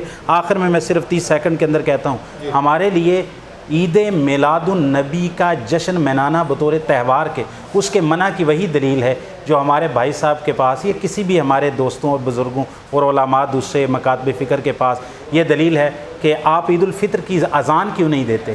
کیا وہ بدعت حسنہ نہیں ہے؟ آپ عید الاضحیٰ کی اذان کیوں نہیں دیتے؟ کیا وہ بدعت حسنہ نہیں ہے؟ ٹھیک ہے. نوافل کے اندر بہت ساری چیزوں کے اندر بہت سارے ایسے کام ہیں جو کہ ہو سکتے ہیں اور ان کی اصل بھی مل جائے گی، لیکن اس حیت کے ساتھ، ایک حالت کے ساتھ ایک دن مقرر کر کے اس طرح کرنا آپ بھی نہیں کرتے، ہم بھی نہیں کرتے. تو اس طرح کوئی بھی چیز دین اسلام کے اندر اس کی اصل چاہیے. تو رسول اللہ کی ولادت ولادت مبارکہ ہوئی، آپ صلی اللہ علیہ وسلم نے سوموار کے دن کا روزہ رکھا، تو بھئی ساری امت روزہ رکھیے نا، روزے کا ثواب بھی لیجئے، رسول اللہ کی سنت پر بھی چلیے، اور کسی بھی بدعت اور نئی چیز سے بھی بچیے. یہی ہم کہتے ہیں. ایک سوال ہے میرا، وہ امیر دعوت اسلامی ہیں مولانا الیاس قادری صاحب، انہوں نے کہا جی پھر تو اس لحاظ سے ہر چیز بدعت ہوگی. ابھی ہم دین کے ہی کام کر رہے ہیں، کیمرہ لگا ہے جناب کینن کا، یہ جیپنیز کمپنی ہے، وہ دوسرا جناب ادھر کینن کا لگا ہے، یہ بھی جیپنیز کمپنی ہے. آپ کے جو مساجد میں اسپیکر لگے ہوئے ہیں وہ بھی سونی کے ہوں گے یا پھر مطلب پہلا سونی کے ہوں گے، یہ بھی جناب جیپنیز کمپنی ہے، یا پھر فرانس کی ہوگی، جرمنی کی ہوگی. قالینیں آپ نے ڈالی ہوئی ہیں جناب وہی جو ایران سے بن کے آ رہی ہیں، یا پھر کسی بھی ایسی جو گورے کی بنی ہوئی چیزوں سے، یا پھر اسپیکر. اگر یہ آپ ذکر کر رہے تھے کہ آپ کلاسز دیتے ہیں، زوم پہ کلاسز دیتے ہوں گے، گورے کی بنائی ہوئی ٹیکنالوجی ہے، آپ اپنے لحاظ سے دین کا کام جس میں مرضی کریں وہ بدعت نہیں ہوتا، تو یہ بدعت ہے. بہت اچھا سوال ہے. یہ مفتی احمد یار نعیمی صاحب نے جال حق کے اندر بھی یہ بات کی ہے. ریل گاڑی، جہاز، یہ ساری چیزیں جن کا آپ نے ذکر کیا ہے، بات کو سمجھ لیجئے. دین اسلام کے اندر 3 چیزیں ہیں، ہر بچہ جانتا ہے. ایک ہے عقائد، دوسرے ہیں عبادات، اور تیسرے ہیں معاملات، مباحات. ٹھیک ہے. عقائد کے اندر عقیدہ، کوئی شخص اپنی مرضی سے کسی جگہ سے استدلال کر کے کوئی عقیدہ نہیں گڑھ سکتا. عقیدے کے اندر تجدد نہیں ہوتا، عقیدہ کوئی نیا نہیں ہے. جہاں تک اسلام رسول اللہ صلی اللہ علیہ وسلم دے کے گئے کوئی نیا عقیدہ امت کے اندر آ نہیں سکتا. اسی طرح عبادات ہیں. عبادات کی اصل نماز ہے، روزہ ہے، صدقات و خیرات ہیں، ذکر و اذکار ہیں، درود پڑھنا ہے. یہ ساری چیزیں ایز اٹ از جیسے رسول اللہ صلی اللہ علیہ وسلم دے کر کے، اس کے اندر کوئی اضافہ اور کوئی اس کے اندر تبدیلی نہیں کی جا سکتی. رہے معاملات، تو یہ اصول فقہ کا قاعدہ ہے، سارے ہی چونکہ یہ متفقہ قاعدہ ہے. کہتے ہیں الاصل فی العبادات الحظر الا ما دل الدلیل علی جوازہ، کہ عبادات کے اندر اصل یہ ہے کہ جب تک اس کے کرنے کی دلیل نہ ملے تب تک وہ کام کرنا ممنوع ہوتا ہے. والاصل فی المعاملات الاباحۃ الا ما دل الدلیل علی تحریمہ. تو معاملات، گاڑیاں ہیں، موٹر سائیکل، جتنی بھی چیزوں کے آپ نے نام دی، تو یہ تو معاملات کے اندر ہیں. یہ تو ان کے اندر اصل چیز جواز ہے جب تک کہ اس کے منع کی کوئی دلیل نہ آ جائے. اور یہ بات بھی صحیح بخاری سے میں ثابت کرتا ہوں. رسول اللہ صلی اللہ علیہ وسلم مدینہ طیبہ تشریف لائے، لوگ مدینوں کی مسجد کھجوروں کی تعبیر کرتے تھے. پیون کاری کا ایک طریقہ ہے، میں اس کی تفصیل میں نہیں جاؤں گا. آپ صلی اللہ علیہ وسلم نے منع فرما دیا. اگر پھل کم ہو گیا، نبی رحمت صلی اللہ علیہ وسلم کو فرمایا گیا، آپ صلی اللہ علیہ وسلم نے یہ بات ارشاد فرمائی، انتم عالم بامور دنیاکم، تم اپنے دنیا کے معاملات کو بہتر طریقے سے سمجھتے ہو. یہ تجرباتی چیزیں ہیں، اس میں شریعت اور قرآن و سنت کا آپ کو پابند نہیں کرتا جب تک کہ حرمت کی دلیل نہ آ جائے. تو گاڑیاں چلائیے، چاہے زوم پہ کلاس پڑھائیے، ٹرین پہ جائیے، ہوائی جہاز پہ جائیے، جتنے یہ کینن کے کیمرے لگائیے یا سونی کے لگائیے، لا حرج فی ذالک ولا تزیق. اور یہ دین ثواب تقرب نہیں ہے، یہ ثواب کی نیت سے عبادت کے طریقے سے نہیں کی جا رہے جب تک اس پہ منع کی دلیل آ جائے گی. خنزیر کا گوشت کھانا منع ہے، ٹھیک ہے، اس کے منع کی دلیل آ گئی، ہم رک گئے، وہ حرام ہے. گزارش یہ جیسے علامہ صاحب نے بھی بتایا کہ کسی بھی دن کو معین کر کے ثواب کی نیت سے محافل کرنی اور نعت خوانی کرنی، کیا اس کی کوئی اثر موجود ہے؟ دیکھیں، نبی علیہ الصلوۃ والسلام جب مکہ سے ہجرت فرما کے مدینہ طیبہ تشریف لائے ہیں تو آپ نے دیکھا کہ جو آقا علیہ الصلوۃ والسلام کے اصحاب پہلے سے موجود تھے انصار، جی جی وہ 10 محرم کا روزہ رکھتے ہیں، ٹھیک ہے، چونکہ اہل یہود تھے مدینہ طیبہ میں، وہ بھی 10 محرم کا روزہ رکھتے ہیں۔ تو آقا علیہ الصلوۃ والسلام نے ارشاد فرمایا اہل یہود سے کہ تم 10 محرم کا روزہ کیوں رکھتے ہو؟ انہوں نے کہا کہ اس دن اللہ تعالیٰ نے ہمارے پیغمبر حضرت موسیٰ علیہ الصلوۃ والسلام کو فرعون سے نجات بخشی تھی، سو اس سلسلہ میں ہم شکرانے کے طور پہ روزہ رکھتے ہیں۔ نبی کے کون و مکان صلی اللہ علیہ وآلہ وسلم نے تمام اصحاب رسول کو جمع کیا اور فرمایا کہ تم اہل یہود کی مخالفت کرو، وہ 10 محرم کا روزہ رکھتے ہیں، تم 9 اور 10 کا رکھ لو یا 10 اور 11 کا رکھ لو۔ تو نبی کون و مکان صلی اللہ علیہ وآلہ وسلم نے جب اس بات کا حکم فرما دیا، سنت یا نفلی عمل کہہ لیں آپ اس بات کو، کہ روزہ رکھیں لیکن اہل یہود کی مخالفت کریں۔ اسی طرح جب 12 ربیع الاول کے دن کا تعین کیا جاتا ہے، سال بھر میں ایک دن کو متعین کیا جاتا ہے کہ اس دن حضور علیہ الصلوۃ والسلام کی ولادت باسعادت ہوئی ہے، سال بھر میں جو لوگ خوشیاں مناتے ہیں، کوئی کہیں منا رہا ہے، کوئی کہیں منا رہا ہے، کوئی محفل کر رہا ہے، اگر ایک دن کا تعین کر لیا جائے، اب ظاہر ہے ولادت تو ہوئی ہے، ولادت کو تو ماننا پڑے گا نا جی، ولادت تو ہوئی ہے، یقیناً ماننا پڑے گا کہ ولادت حضور کی ہوئی ہے۔ اور جب ولادت ہوئی ہے، جمہور علماء نے اس موقف کو اپنا لیا اور اسی موقف کو اختیار کیا ہے کہ 12 ربیع الاول کو حضور کی ولادت باسعادت ہوئی ہے۔ تو جہاں سب لوگ علیحدہ علیحدہ خوشیاں منا رہے تھے، اگر امت کو اس موقع پہ جمع کر لیا جائے، علیحدہ علیحدہ اگر کوئی مناتا ہے، جیسے نماز تراویح کے لیے میں نے عرض کیا اور محترم بھی بتا رہے تھے کہ کوئی علیحدہ علیحدہ پڑھ رہا ہے تو اب اس کی نماز تراویح چھوٹ جاتی ہے یا پڑھ لیتا ہے، لیکن جب یہ دن خاص کر لیا گیا تو اس کا مطلب ہے اب اس میں پوری امت شامل ہو جائے گی۔ تو اس دن کا تعین کرنا ایک تو جمہور کا موقف ہے، اور دوسرا یہ ہے کہ امت ساری کو دعوت ہے کہ وہ اس میں شامل ہو جائیں اور آقا علیہ الصلوۃ والسلام کی آمد پہ خوشیاں منائیں۔ اس پر میں یہ گزارش کرنا چاہوں گا، دیکھیے تراویح اس کی اصل موجود ہے۔ تراویح کی کیا ہے کہ رسول اللہ صلی اللہ علیہ وسلم نے 3 دن تک پڑھی ہے۔ رسول اللہ صلی اللہ علیہ وسلم نے باجماعت، میں پہلے مسند احمد کا حوالہ دے چکا ہوں، رسول اللہ صلی اللہ علیہ وسلم نے باجماعت نماز قیام اللیل، صلاۃ قیام اللیل رسول اللہ صلی اللہ علیہ وسلم نے کرنے کی فضیلت بیان کی ہے، سارا رات قیام میں لکھا جاتا ہے، اور پھر یہ خلیفہ راشد کی سنت ہے اور صحابہ کا اس کے اوپر اجماع بھی ہو گیا ہے، یعنی پیچھے رسول اللہ کی سنت بھی موجود ہے، اس کے اوپر رسول اللہ صلی اللہ علیہ وسلم کی قولی سنت بھی موجود ہے، فعلی سنت بھی موجود ہے، تقریری سنت بھی موجود ہے، اور اس کے ساتھ ساتھ خلیفہ راشد کی سنت بھی موجود ہے، اور تمام صحابہ اور آج تک تمام امت کا اس پر اجماع اور اتفاق بھی موجود ہے۔ جہاں تک عید میلاد کی بات کی جا رہی ہے، بھئی ایک دن متعین کرنا، جمہور نے سیرت کے اندر لکھا، بھئی کوئی ایک بھی صحیح سند موجود ہی نہیں ہے کہ رسول اللہ صلی اللہ علیہ وسلم کی ولادت باسعادت فلاں مہینے کی فلاں تاریخ کو متعین طور پر ہوئی تھی۔ سیرت نگاروں نے بہت سارے اقوال لکھے ہیں، میں تو یہ کہوں گا جمہور جو سیرت نگاروں کا وہ بھی غیر ثابت قول ہے، وہ 9 ربیع الاول کا ہے، 9 ربیع الاول کا قول کرتے ہیں، 12 ربیع الاول کا قول کرتے ہیں، 18 ربیع الاول کا قول کرتے ہیں، 10 محرم کا، پیران پیر نے 10 محرم کا قول کیا ہوا ہے، تو اتنا اختلاف ہے۔ اس میں لکھا ہے جی یہ غنیۃ الطالبین، نہیں، غنیۃ الطالبین غوث پاک کی کتاب نہیں، چلیں یہ سرکار غوث پاک کی کتاب نہیں، اس میں اختلاف ہے۔ غنیۃ الطالبین شیخ عبد القادر جیلانی کی تصنیف۔ میں اس سے پوائنٹ یہ بنانا چاہ رہا تھا کہ تاریخ ولادت میں یہ اختلاف ہونا اس بات کی دلیل ہے کہ رسول اللہ صلی اللہ علیہ وسلم اور صحابہ نے اس دن کو نہیں منایا ہے۔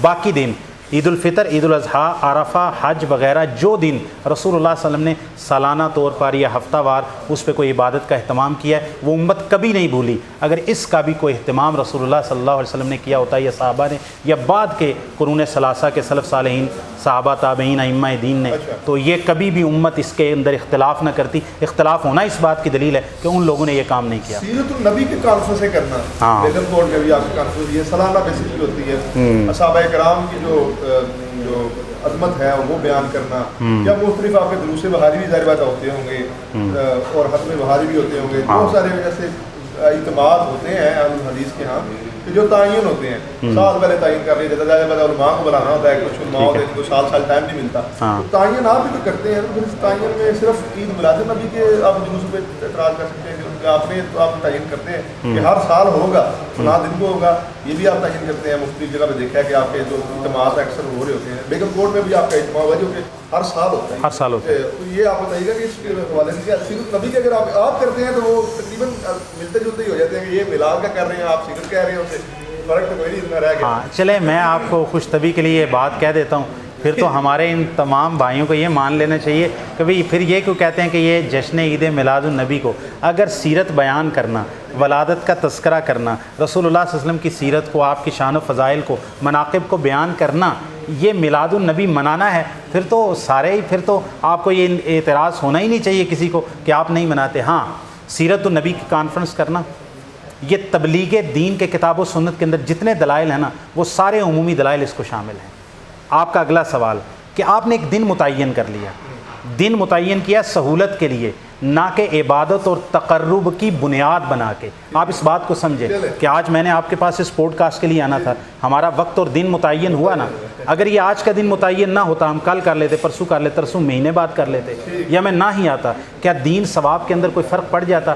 اچھا، صحیح بخاری کے اندر امام بخاری کتاب العلم کے اندر ایک حدیث لے کے آئے ہیں، آپ اس طرف ذرا توجہ کیجئے، ہر چیز کی انشاءاللہ اصل موجود ہے۔ رسول اللہ صلی اللہ علیہ وسلم کے پاس خواتین آئیں، اس نے کہا غالب علینا الرجال، یا رسول اللہ ہم پر آدمی غالب آ گئے ہیں کہ علم میں ہر وقت صفہ میں یہی آپ سے علم لے رہے ہیں، ہم خواتین کے لیے۔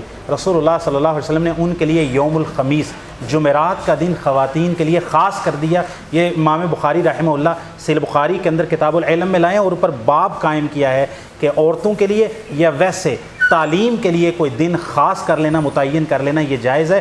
تو یہ سیرت النبی کی کانفرنس ہو، دفاع صحابہ کی ہو، دفاع اہل بیت کی ہو، عقیدہ توحید کی ہو، اتباع سنت کی ہو، یہ سارے کے سارے جو کتاب و سنت کے اندر تبلیغ دین، تبلیغ رسالت کے جتنے دلائل ہیں، وہ سارے کے سارے وہ دلائل اس کو شامل ہیں۔ یہ کوئی دن منانا نہیں ہے، ایک بندہ آج کر رہا ہے، ایک بندہ کل کر رہا ہے، وہ کینسل بھی ہو جائے، کوئی دین کے اندر ثواب کے اندر فرق نہیں۔ یہ دن کا تعین ثواب کی بنیاد نہیں ہے، ثواب کی بنیاد ہے جو اس کے اندر مواد بیان ہو رہا ہے۔ واللہ عالم بالصواب۔ اچھا جی، ابھی آخری سوال ہے آپ سے کہ جیسے انہوں نے کہا کہ سیرت النبی کی کانفرنس کیجیے امت میں اتحاد کی فضا پیدا کرنے کے لیے، آپ اس طرح کی کانفرنس کر لیا کریں، ضروری ہے ایک دن تعین کر کے بنانا؟ نہیں سر، کیوں نہیں کرتے ہم؟ اچھا، کرتے ہیں، سیرت کے حوالہ سے گفتگو نہیں ہوتی، ہاں جی، بلکہ جب آیات میلاد پڑھی جاتی ہیں آقا علیہ الصلوۃ والسلام کی ولادت کے حوالہ سے، یا پھر حضور نبی رحمت صلی اللہ علیہ وسلم کی رحمت اور اللہ تعالیٰ کا خاص فضل ہونے کے حوالہ سے، سورہ یونس آیت نمبر 58، قل بفضل اللہ وبرحمتہ فبذلک فلیفرحوا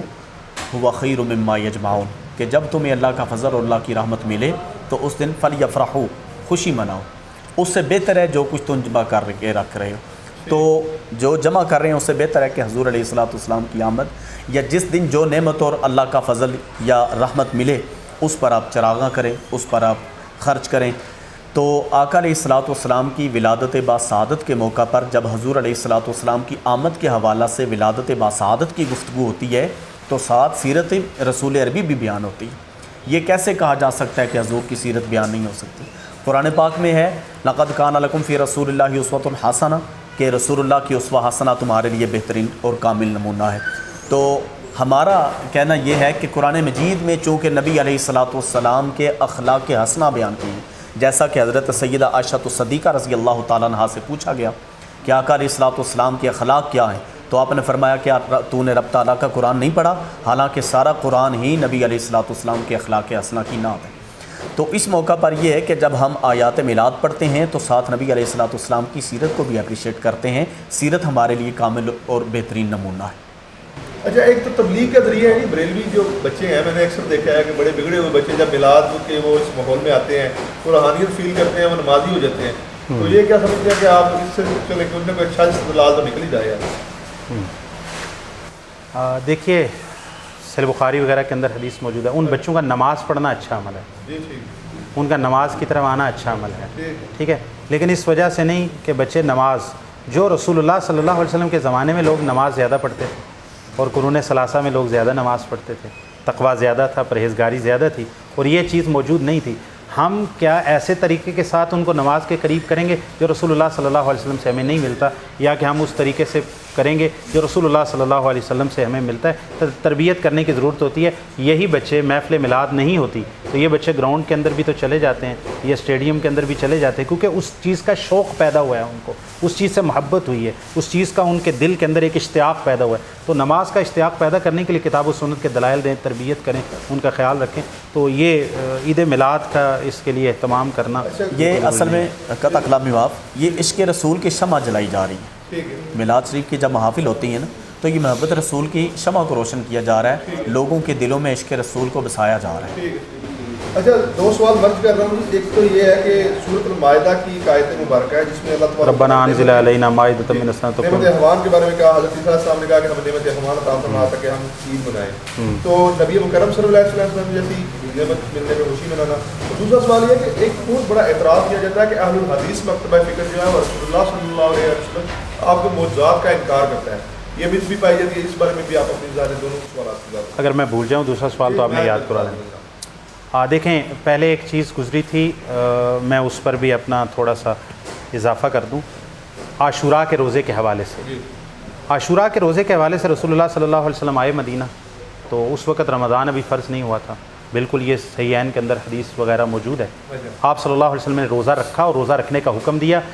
رمضان فرض نہیں ہوا تھا، عاشوراء 10 محرم کا روزہ رکھنا اس وقت فرض تھا۔ پھر جب رمضان فرض ہو گیا تو اس کا روزہ نفلی ہو گیا۔ رسول اللہ صلی اللہ علیہ وسلم نے دنیا سے تشریف لے جانے سے پہلے یہ فرمایا لئن بقیت لأصومن التاسع، آپ نے فرمایا آئندہ اگر میں باقاعدہ حیات رہا، دنیا کے اندر موجود رہا، تو میں 9 کا روزہ رکھوں گا، یعنی 10 کا پہلے رکھ رہے تھے، 9 کا مخالفت کے لیے۔ اس سے یہ استدلال کرنا کہ بھئی نبی کریم صلی اللہ علیہ وسلم نے موسیٰ علیہ السلام کے اس سے نجات ملی تھی فرعون سے، نبی کریم صلی اللہ علیہ وسلم نے شکرانے کے طور پر موسیٰ علیہ السلام روزہ رکھتے تھے۔ نبی کریم صلی اللہ علیہ وسلم نے بھی، جو میں نے پہلے بات کی تھی، شرع من قبلنا ہمارے لیے حجت ہے، پہلی شریعت، رسول اللہ صلی اللہ علیہ وسلم اس کو ہمارے تک بتا دیں یا اس سے منع نہ کریں، تو روزہ رکھنے سے کوئی منع نہیں کر رہا۔ کیا رسول اللہ صلی اللہ علیہ وسلم نے اس موقع کے اوپر کوئی جشن منایا ہے موسیٰ علیہ السلام؟ روزہ رکھے نا، تو روزہ رکھنا عبادت ہے، بھئی روزہ رکھیے، آپ بھی ہم کہہ رہے ہیں سوموار کا روزہ رکھیے۔ اب آپ اپنا سوال دوبارہ دہرائیے۔ یہ سر وہی چیز ہے نا، قطع کلامی معاف، کہ روزہ رکھا ہے تو روزہ ایک شرعی عمل ہے نا، عبادت تصور کیا جائے گا۔ تو جلوس ہو میلاد کا یا محفل ہو میلاد کی، تلاوت ہے، نعت ہے، خطاب ہے، وہ بھی ایک شرعی عمل ہے۔ قبلہ شاہ دو صاحب، غیر شرعی چیزیں وہ میں نے پہلے ذکر کی ہے نا، کہ ان کا اہل سنت سے کوئی تعلق نہیں، ان کو وہ محفل ہو یا جلوس ہو سے نکالا جائے۔ ہم بھی دو ٹوک کہتے ہیں کہ جو چیزیں غیر شرعی ہیں، جیسا کہ ڈول ڈمکا ہے، آج کل وہ پہاڑیاں بنائی جا رہی ہیں، بہت کچھ جو ہو رہا ہے، ان چیزوں کا شریعت سے کوئی تعلق نہیں، جو عین شریعت کو اس کو اپنا لیا جائے، وہ ہم ان کو دعوت محبت پیش کرتے ہیں۔ آپ بھی اس چیز کو اپنائیں عبادت کے طور پر، کہ آقا علیہ الصلوۃ والسلام کی ولادت ہے، تو آپ روزہ رکھیں، قرآن آپ کی پاک کی محبت کے ہم تلاوت کریں۔ قرض دار ہیں، لیکن گزارش یہ ہے کہ بھئی روزہ رکھا ہے، روزے سے استدلال یہ ہے، عبادات کے اندر قیاس ہوتا ہے، عقائد اور عبادات کے اندر قیاس ہوتا ہے کہ جس جگہ پہ نماز پڑھنے کی دلیل موجود ہو تو اس سے ہم یہ استدلال کر لیں کہ روزہ رکھنا بھی جائز ہو جائے گا۔ نہیں، ایک تو عبادات میں قیاس نہیں ہوتا، دوسری بات یہ ہے کہ روزہ رکھنے کی دلیل ملتی ہے۔ صحابہ اور سلف میں سے اس عاشوراء کے روزے سے کسی نے جشن عید میلاد النبی یا یوم ولادت مصطفیٰ صلی اللہ علیہ وسلم کا استدلال نہیں کیا، یہ استدلال آپ کر رہے ہیں، انہوں نے نہیں کیا، تو یہی دلیل ہے اس بات کی کہ یہ استدلال کمزور ہے۔ اب آپ اپنے سوال نعمت احوان والا جو سوال ہے سورۃ المائدہ کا، جو اس کے بارے میں اس سے یہ ہے کہ سورہ المائدہ کے اندر اللہ تعالیٰ سے دعا کی کہ ہم ربنا انزل علینا مائدۃ من السماء، آسمان سے مائدہ نازل کیجئے، دسترخوان نازل کیجئے، وہ ہمارے لیے اور ہمارے بعد والے لوگوں کے لیے عید ہو جائے، خوشی کا سبب ہو جائے، تکون عیدا لنا، ہمارے لیے عید ہو جائے۔ یہاں سے استدلال کیا جاتا ہے، مفتی احمد یار نعیمی صاحب نے بھی جال حق کے اندر اس کو پیش کیا ہے، ٹھیک ہے۔ دیکھیں، یہ عید میلاد کی دلیل نہیں بنتی، تھوڑا سا غور کریں۔ یہ آیت کریمہ نبی رحمت صلی اللہ علیہ وسلم پہ نازل ہوئی ہے، سب سے پہلے اس آیت کو جبریل سے سنا رسول اللہ صلی اللہ علیہ وسلم، اور اس کو لکھا رسول اللہ کے صحابہ نے ہیں۔ ان میں سے کسی نے بھی اس آیت کریمہ سے یہ نہیں کہ مائدہ جو عیسیٰ علیہ السلام کے نصرانیوں کے اوپر نازل ہوا، اس سے یہ استدلال کرنا کہ لہٰذا عید میلاد النبی منا لی جائے۔ پھر اگلا سوال ہے نا، اس پر آتا ہے، عیسیٰ علیہ السلام کے لیے وہ مائدہ عید بنا کہ نہیں بنا؟ قبلہ شاہ صاحب، بن گیا بنا؟ جی تو عیسیٰ علیہ السلام کے اس مائدہ بننے کی خوشی آپ کو نہیں ہے؟ جی بالکل ہے، تو آپ وہ اس مائدہ کی خوشی کیوں نہیں مناتے سالانہ؟ ہمیں پتہ کیا ہے، یہی بات ہے، یہ استدلال کمزور ہے۔ عیسیٰ علیہ السلام کے لیے وہ مائدہ خوشی بنا اور وہ عید بنا، ہر قوم کی عیدیں ہیں. ہمیں اللہ تعالیٰ نے سالانہ طور پر تہوار کے طور پر 2 عیدیں دی ہیں. یہ مسند احمد کے اندر، سنن ابی داؤد، جامع ترمذی کے اندر حدیث سیدنا انس سے موجود ہے. رسول اللہ صلی اللہ علیہ وسلم مدینہ طیبہ تشریف لائے. انصار 2 دن تھے مدینہ والوں کے لیے جس میں یہ کھیل کود کرتے تھے. رسول اللہ صلی اللہ علیہ وسلم نے فرمایا ما ہادان الیومان، یہ 2 دن کے ہیں. انہوں نے کہا ہم اس میں کھیلتے ہیں. رسول اللہ صلی اللہ علیہ وسلم نے فرمایا قد ابدلکم اللہ بہما خیرا منہما، اللہ تعالیٰ نے اس سے 2 بہتر دن تمہیں دے دیے، یوم الاضحیٰ و یوم الفطر. تو وہ ہمیں مل گئے ہیں، تو ہمیں عیسیٰ علیہ السلام کی اس مائدہ والی عید کو لینے کی کوئی ضرورت ہی باقی نہیں رہی. چلے ٹھیک ہو گیا. اچھا معجزات کا انکار کرتے ہیں؟ ہاں اچھا، معجزات کا انکار کرنا. ہے تو ثابت ہے. ہاں، جو بات بھی قرآن مجید کی بسم اللہ کی با سے لے کر والناس کی سین تک اور نبی رحمت صلی اللہ علیہ وسلم کی زبان مبارک سے نکلے ہوا ایک لفظ، ایک شوشہ، ایک زبر زیر، ٹھیک ہے، شوشہ اس کو کہتے ہیں، وہ کنگرا نہیں ہوتا ہے جس کا، جو سین کے 3 کنگرے ہوتے ہیں، ہاں وہ ایک کنگرے کو ایک شوشہ کہتے ہیں. ایک شوشہ، ایک لفظ، ایک نقطہ جو قرآن مجید کے اندر آیا ہے، کسی بھی حدیث صحیح ثابت کے اندر آیا ہے، ہم اس کو اپنے لیے دین، ایمان، عقیدہ سمجھتے ہیں. معجزات مصطفیٰ کو مانتے بھی ہیں، بیان بھی کرتے ہیں، لکھتے بھی ہیں. آپ مجھ سے، میں رسول اللہ صلی اللہ علیہ وسلم، صحیح بخاری کے اندر موجود ہے، رسول اللہ صلی اللہ علیہ وسلم سفر پہ گئے، صحابہ ساتھ تھے، پانی نہیں تھا. آپ صلی اللہ علیہ وسلم نے ایک برتن کے اندر پانی کے اندر اپنے ہاتھوں کو ڈبویا، اور آپ صلی اللہ علیہ وسلم کی 5 انگلیوں سے پانی کے چشمے جاری ہو گئے.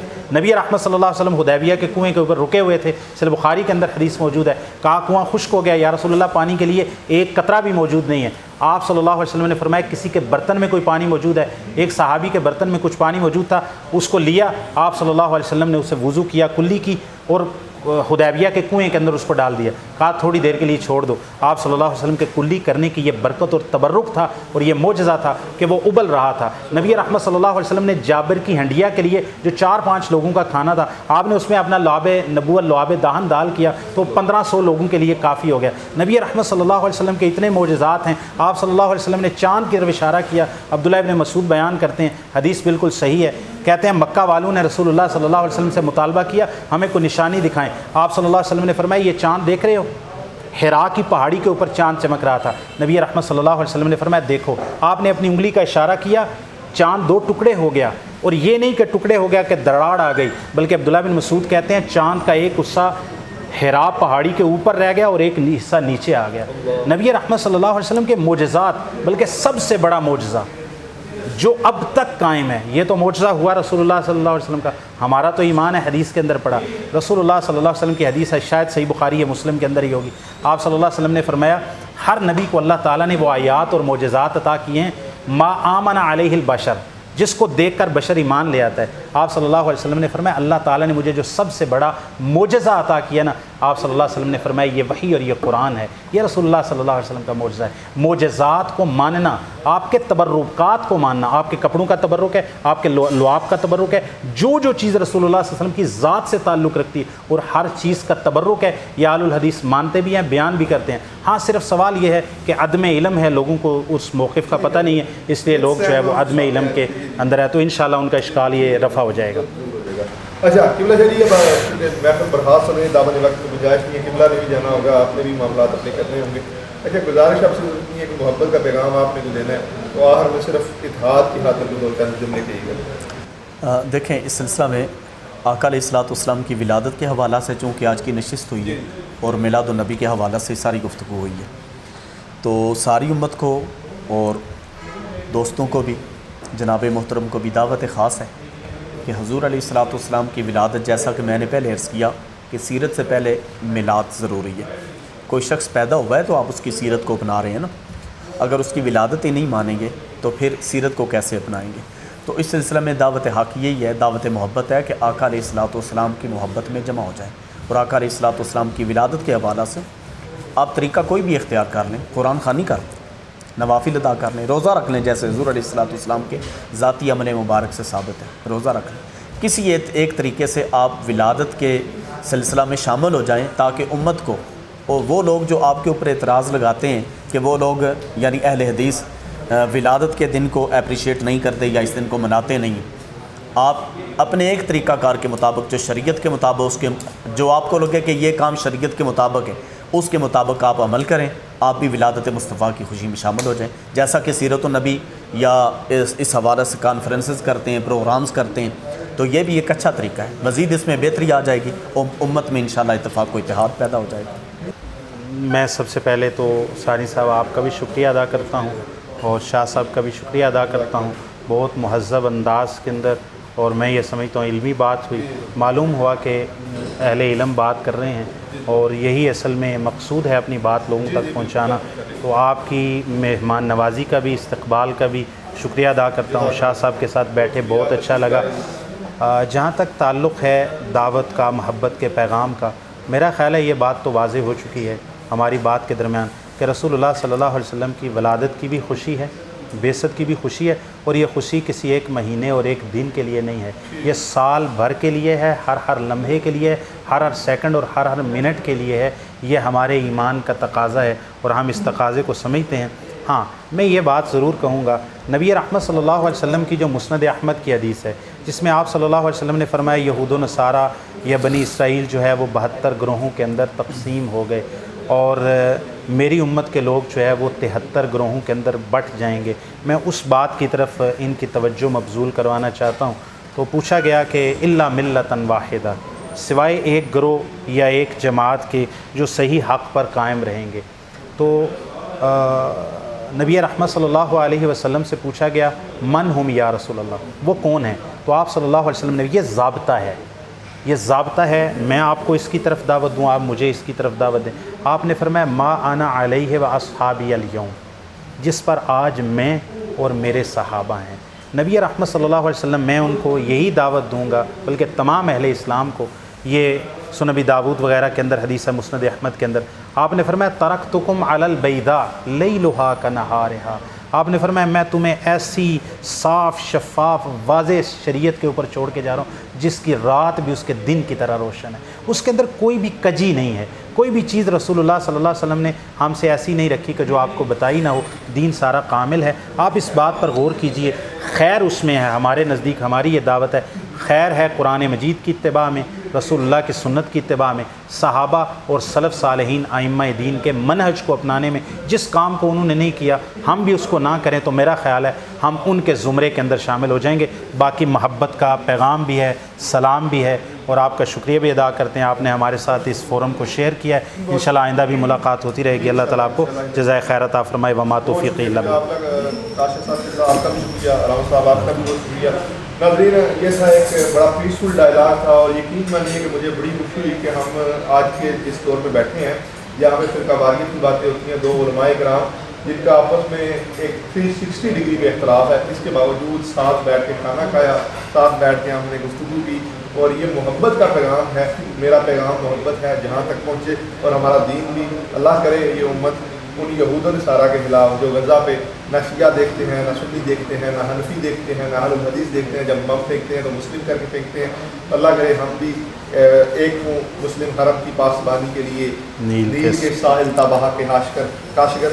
تو اسی شعر کے ساتھ اجازت چاہوں گا، انشاءاللہ اگلے ایپیسوڈ میں کوشش کریں گے دوبارہ علماء کرام کو دعوت دیں اور اس سلسلے کو انشاءاللہ جاری رکھیں۔ 20 ایپیسوڈ ہوں گے، آج پہلی ایپیسوڈ تھی، تب اگلی ایپیسوڈ تک کے لیے اجازت چاہتے ہیں۔ اللہ حافظ۔